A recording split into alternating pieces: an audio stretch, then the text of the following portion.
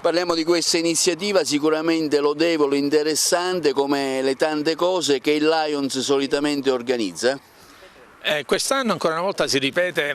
per la seconda volta, quindi questa edizione, che stavolta assume una dimensione regionale che il Lions International e il distretto, nella fattispecie di cui sono il governatore, ha preso totalmente perché vuole farla diventare un'iniziativa a livello regionale. La cosa bellissima che emerge è non solo ed esclusivamente l'aspetto in sé ludico della passeggiata, che già abbiamo visto l'anno scorso essere davvero interessante perché ha coinvolto già tantissime centinaia di persone. Questa volta l'abbiamo sicuramente estesa anche a livello regionale. Vi posso garantire che c'è un grande entusiasmo in ogni parte della Sicilia, perché sicuramente queste sono delle occasioni che servono non solo ed esclusivamente per armonizzare ancora di più il coinvolgimento e la crescita associativa tra le associazioni, ma la cosa più importante è che sicuramente siamo riusciti a fare una cosa importante, fare rete tra le associazioni. L'iniziativa di domenica che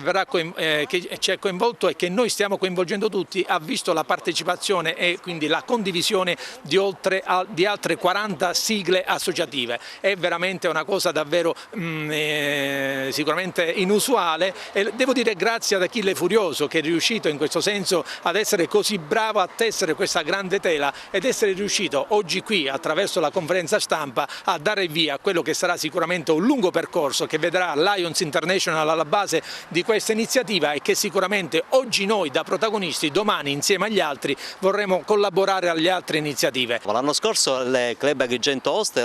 per la prima volta ha avuto questa idea, che è stata realizzata all'alba con grandissimo interesse e successo da parte di tantissimi, diciamo, aderenti. Quest'anno allora perché non ripetere l'idea? E anzi ringraziamo il governatore del Lions Sicilia che ha voluto valorizzare questo evento rendendolo, diciamo, di valenza regionale. A parte il valore bellissimo che è quello di indurre e promuovere questa abitudine, questa sana abitudine delle passeggiate veloci quotidiane che oltre a fare bene al corpo fanno bene alla mente, come dicevano i latini, mens sana in corpore sano. Ma la cosa bella e importante è la magia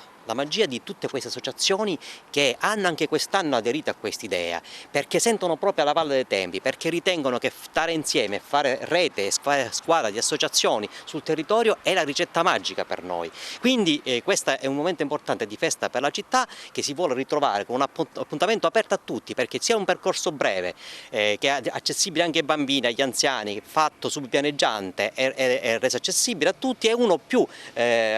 lungo di 7 km che consiglio ai più allenati. L'importante è essere presenti alle 17:45 al massimo al Tempio di Giunone.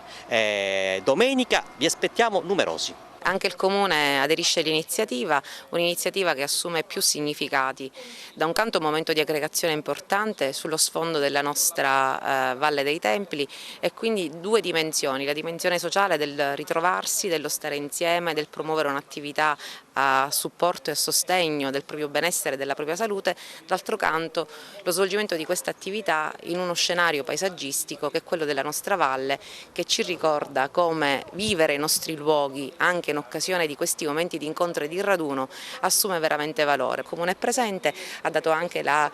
disponibilità, oltre che del proprio patrocinio, della possibilità di utilizzare delle navette a ciò dedicate secondo delle specifiche fasce orarie dal centro della città sino all'ingresso di Giunone, per cui ci sarà un elemento che faciliterà il raggiungimento di questo luogo di raduno, per cui un'attività promossa, sostenuta fortemente dall'amministrazione di Agrigento. È bene per il secondo anno consecutivo che sposiamo questa lodevole iniziativa, perché consente tra l'altro di valorizzare non solo le aree che sono conosciute da tutti, ma alcune aree che hanno dei pregi ambientali e archeologici che verranno toccate da questa maratona e quindi consentiranno una conoscenza diretta della bellezza della valle poco conosciuta.